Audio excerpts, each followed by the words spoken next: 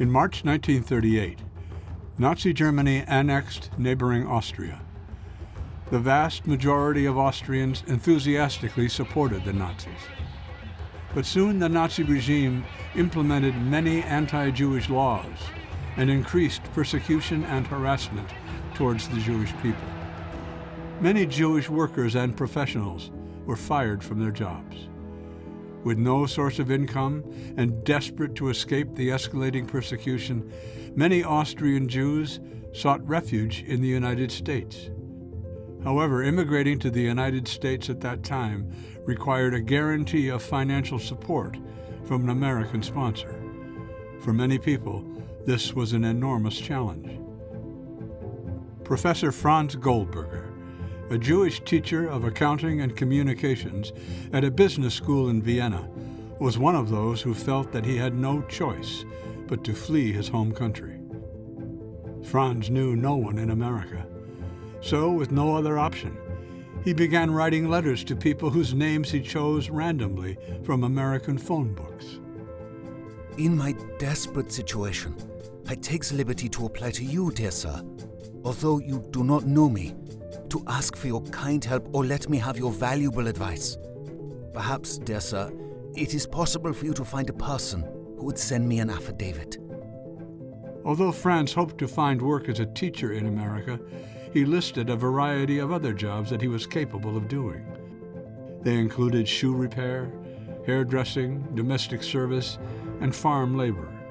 I can assure you, dear sir, that I have only the sole endeavor to find a modest existence by means of industry and work, and that it is far from me to be a burden to anyone.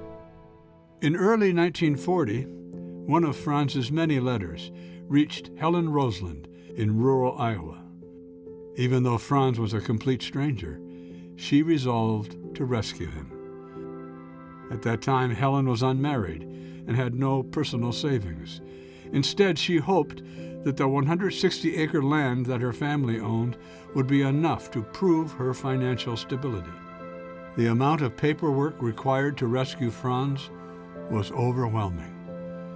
For help, Helen turned to the Scattergood Hostel, a Quaker organization in Iowa, which helped newly arrived immigrants. Franz replied in early May. I am really very obliged to you for your great help in my predicament. And you may believe that I was very happy when I had got at last a possibility to enter the USA, where I hope to start a new life. However, Franz's plans to escape came to a halt when he was sent to a work camp near Vienna. There he would remain for 7 months, while Helen waited to hear word of his situation. When he was eventually released, Franz wrote immediately to Helen. I am only sustained by this chance of being allowed to the United States one day. I therefore beg you to consider how much I should have desired to thank you at once and to excuse my not having answered for such a long time because of my predicament. But I couldn't help otherwise. Because of the delay, the requirements for U.S. immigration had become even more difficult. Despite this, Helen was persistent and gathered together all the new documentation. She even found a way to raise a substantial amount of money to pay for a ticket on a ship leaving Spain at the end of June 1941, more than a year after she received the first letter from Franz. For an unknown reason, Franz never boarded that ship. I hope that I shall one day be able to thank you personally for your noble and unselfish act of humanity, and to tell you how much it means for me.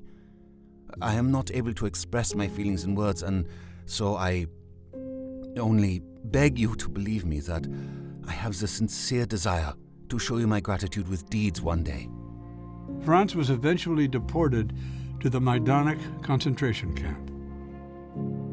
Records show that he died there in August 1942. It is not known whether he died from starvation, disease, poison gas, or shooting.